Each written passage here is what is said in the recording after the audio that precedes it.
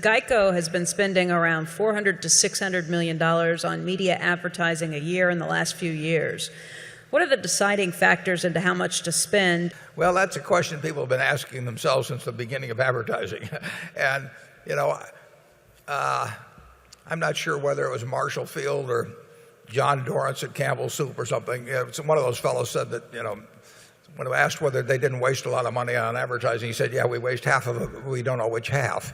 And that is the nature of advertising. Although we can measure it better with GEICO than most companies. We will spend about $800 million on advertising. We spend far more, even though we're the third largest company, we spend far more than State Farm or Allstate. And we will spend more and more and more. I mean, we will never stop. We were spending $20 million a year, a little over that, when we bought control of it in 1995.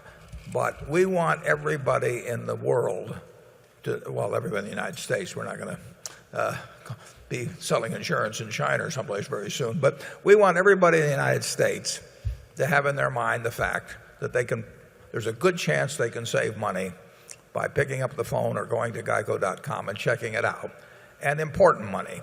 And when we get that message in people's minds, you never know when it's going to pay off later down the line, because as I mentioned earlier, starting in around September 30th, we saw a big difference in the propensity of people to come to us to save $100 or $200, whereas they might not have cared about saving that before. So here's auto insurance. Everybody has to buy it. Nobody likes to buy it, but they like to drive. And if you like to drive, you need auto insurance. And so it's going to sell. And you're going to buy it from somebody. And if you care about saving money, you're going to check with us. And we want to make sure everybody understands that.